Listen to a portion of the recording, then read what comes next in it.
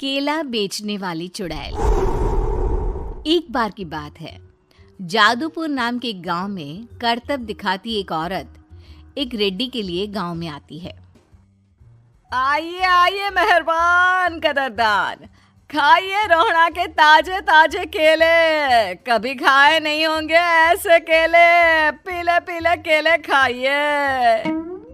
ये कहकर रोहड़ा हाथों में 4 केले लिए उन्हें सर्कल में जोर जोर से हवा में उछालती हुई करतब दिखाती है, जिसे देखकर आसपास के सारे बच्चे अपने अपने मम्मी पापा से उस औरत के पास जाने की जिद करने लग जाते हैं।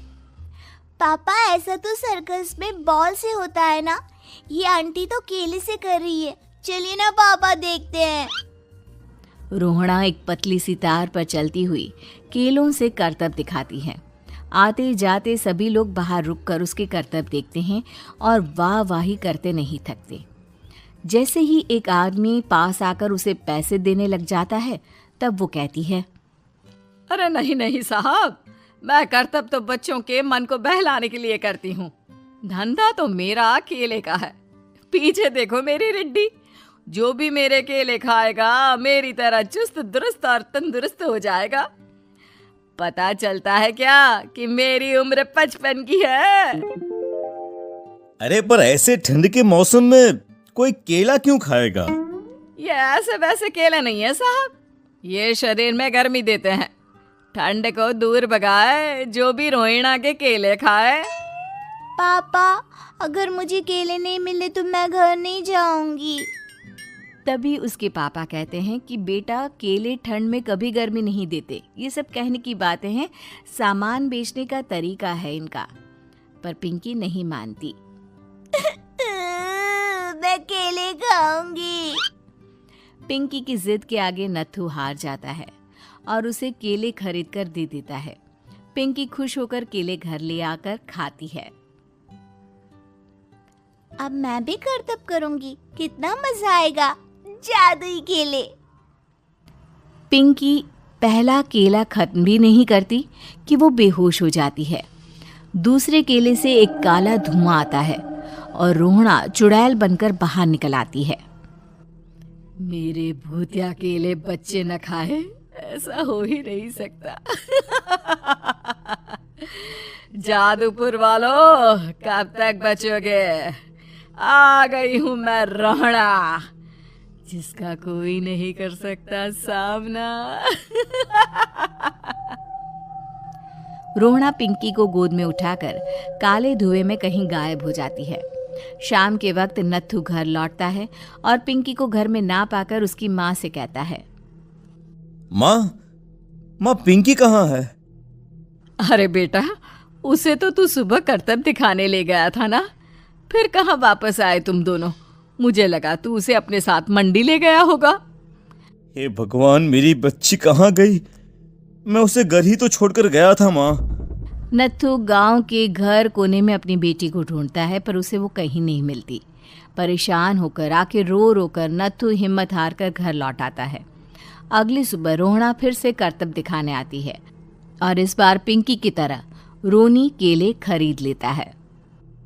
50 रुपए दिए थे पापा ने, सारे पैसों की मैंने केले खरीद लिए हैं। अब मैं भी आंटी की तरह ही करतबबाज बन जाऊंगा। यही सोचते हुए रोनी केले खाता है और पहला अकेला केला आधा खत्म भी नहीं करता कि चुड़ैल उसके सामने आ जाती है।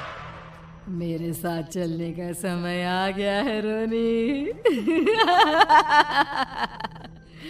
ये तो बस शुरुआत है। अब इस गांव के सारे बच्चे धीरे धीरे मेरे कब्जे में होंगे, एक बच्चा भी नहीं बचेगा। ये कहकर रोना रोनी को गोद में लेकर काले धुएं में अदृश्य हो जाती है। इसके बाद हर रोज गांव में से कोई ना कोई बच्चा गायब होता, पर ऐसा क्यों हो रहा है किसी को भी समझ में नहीं आ पा रहा था। रोज की तरह अपनी बेटी पिंकी की तलाश में नत्थू गांव के एक तालाब के पास बैठा रो रहा था। कहाँ गई मेरी पिंकी? शकुंतला के जाने के बाद एक वही तो मेरा सहारा थी। अरे उसकी आत्मा कोस रही होगी मुझे कि मैं अपनी बच्ची को संभाल भी नहीं पाया। नत्थू ये कहता हुआ रो ही रहा था कि तभी तालाब में से उसे शकुंतला की आवाज सुनाई देती है। कहाँ कहाँ कहाँ थी तुम शकुंतला?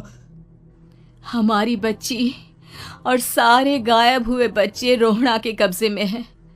वो बच्चों को जो केले देती है उससे बच्चे बेहोश हो जाते हैं और उसके कब्जे में आ जाते हैं और वो उन्हें ले जाकर काली दुनिया में ले जाती है। पर वो ऐसा क्यों कर रही है? ये मैं नहीं जानती, पर उस दुनिया का रास्ता मैं आपको बता सकती हूँ। जहाँ ये नदी खत्म होती है वहाँ एक केले का पेड़ है, उसके नीचे एक दरवाज़ा है, वहीं से रास्ता जाता है उस दुनिया का। ये कहकर शकुंतला की आत्मा गायब हो जाती है। गांव के सभी लोग झुंड बनाकर उसी रास्ते से काली दुनिया में चले जाते हैं और वहाँ देखते हैं कि सारे बच्चे वहाँ काम कर रहे थे। पापा मुझे ले चलो यहाँ से।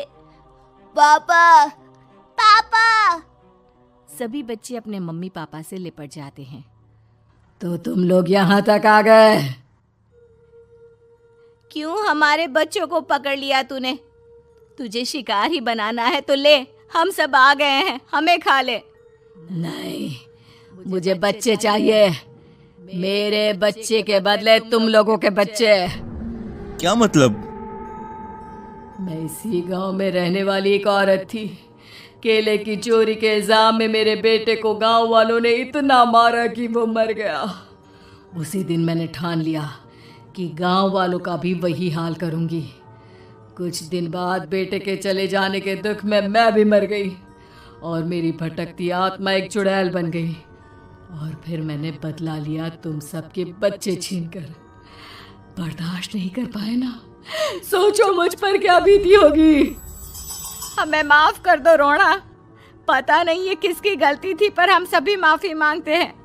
हमारी खुशियाँ लौटा दो, तुम भी तो एक माँ हो। गांव वालों की बात सुनकर रोहड़ा का मन पिघल जाता है और वो बच्चों को छोड़ देती है। उसके बाद काली दुनिया बच्चों के लिए जादुई दुनिया बन जाती है। अब कोई भी कभी भी वहां आ जा सकता है।